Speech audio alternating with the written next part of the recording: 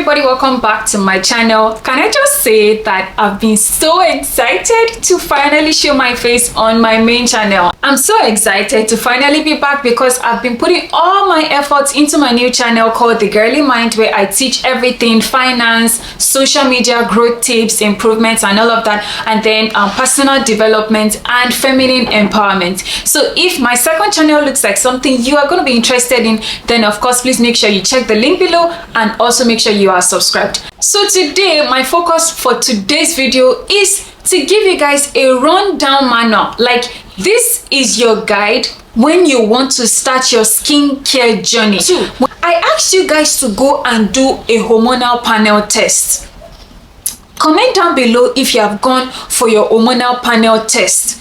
My sister, listen to me. You are currently 20, 21, 22, you are 18 to 25, you're going to need to do the hormonal panel test. You are 25 to 35, you're going to need to do the hormonal panel test. In fact, if you are a female from 18 to currently 55, you're going to need to do a hormonal panel test. Do you guys know that a larger proportion of females over here in this side of the world have undetected fibroids, have undetected endometriosis, have undetected PCOS that they don't know until they want to start having children? Now, a lot of people gave me a lot of backlash when I was saying that go and do the hormonal panel test, do the 7 hormones which are going to be here. Make sure that the doctor is testing all these ones, very important, and make sure you are getting a pelvic scan at least twice a year. And people came for me, they were like, no, this hormone is not important when it comes to glowing skin, this is that. No, what I am trying to help you to achieve on this channel is a very holistic, conventional, total approach to what affects not just your skin but also your health and also your vitality. And that is why the hormonal panel test is very important. Some of you are already seeing unusual hair growth. Some of you are already saying that your period is becoming scanty. Your period blood is not the usual color it used to be, or your period is now shorter than usual. Do you know that those are early symptoms that if you go and get the test now, you can quickly rewind what is happening with your hormones and you can fix it so that your skin is back, so that your body is back, so that your hormones are back to optimal health.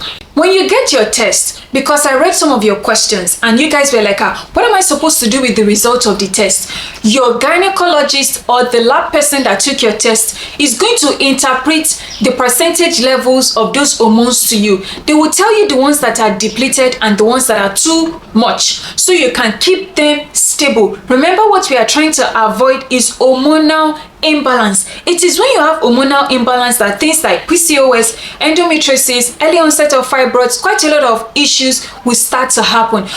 Alright, editing Eniola here. I'm not trying to make a generalization. I'm just saying that prevention is better than cure. If you know on time, certain things can be prevented on time. But this is not a generalization. Thank you.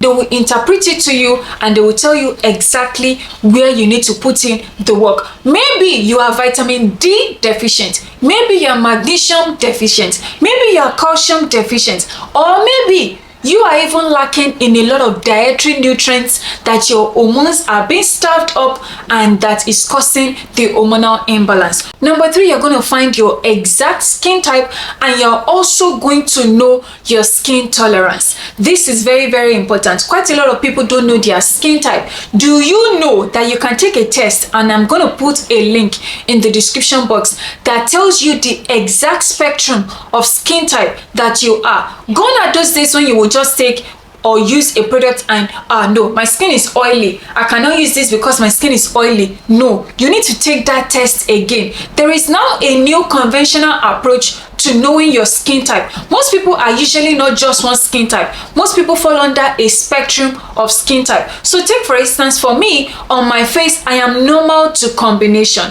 So any skincare product that says that it is suitable for combination skin, it is suitable for normal skin, even my foundation down to my makeup, I look at all those things. I don't use matte makeup because I don't like how dehydrating it makes my skin feel. But do you know that matte makeup products will be best suited for somebody with oily skin? Now, when it comes to skin tolerance, you need to know what is the spectrum or the highest percentage of an active that I know my skin can tolerate? I know for a fact that glycolic acid is not for me.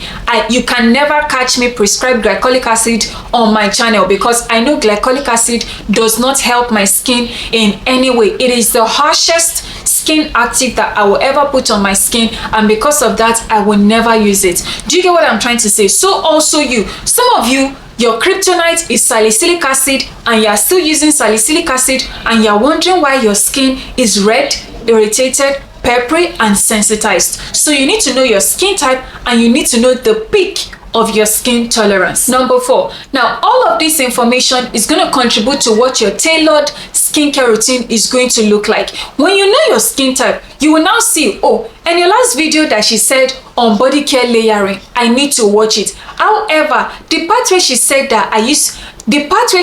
I need to use a body butter, I will not use a body butter. In place of that, I would use a body oil.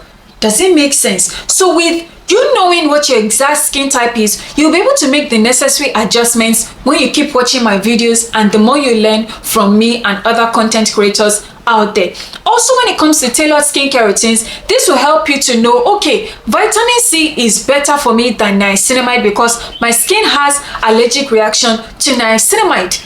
Do you understand? Some of you, your kryptonite is vitamin C or lactic acid or mandelic acid, and sometimes you need to know the exact kind of exfoliant, the exact kind of active that will work for you and that will help you to fix either it's your acne, your hyperpigmentation, or even just with the dryness or the dehydration of your skin. Do you see how all this information is getting married together to create a very beautiful couple that will have a very happy ending? Now, number 5, which brings me to the last one that I'm going to be talking about today, is knowing how to measure realistic, healthy changes. Knowing how to measure realistic, healthy changes when you're measuring your progress. First of all, day 1 is picture that you take the very day you start your skincare journey. Like, you got new skincare products, you're on this journey, you want to glow up before the rest of the year, and you want to fix your skin, you're going to take a picture day 1. Now, what I usually tell my sister is that she should take a picture from her side view, left side, right side, and then face. Left side, right side, and then face. That is how you measure progress. So every 2 weeks, you're going to use that timeline to compare and contrast how well the left side is doing, or if the pimple has moved to the right side of your face and it is now worse on the right side. Oh, I've been sleeping on my right side, and because of that, I've been getting more breakouts. Maybe I need to start sleeping on my back. If you're not measuring progress from a very equivocal perspective, you will not be able to see how well your skin is doing. Some of you, your skin is making a lot of improvements, but because you are also comparing it to somebody's peak, to somebody's ultimatum, your skin to you is not glowing, your skin to you is not radiant, and compared to where you are starting from, you have made a lot of progress. So when it comes to measuring your progress, make sure you're taking a 3D perspective: left, right, front. Do you understand? And you are measuring it over a period of every 2 weeks, or over a period of every 4 weeks.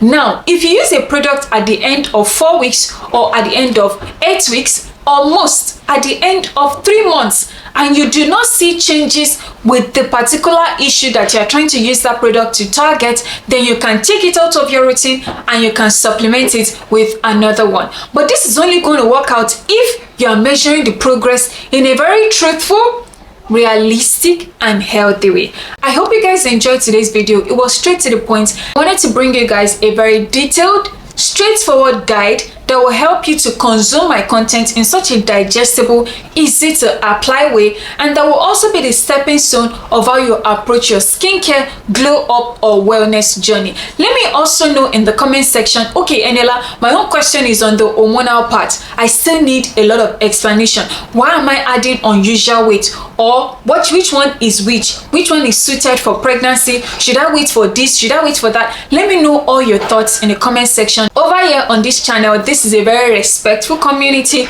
Your thoughts Your opinions are always going to be welcomed. I like to hear from you guys. Do not forget to give me a huge thumbs up. Do you know it helps my channel if you take a screenshot of your video, tag me on Instagram, so that more people who need information that is concrete, constructive, and detailed like this that can help them can also find it. Thank you so much for watching, and of course I will see you in the very next one.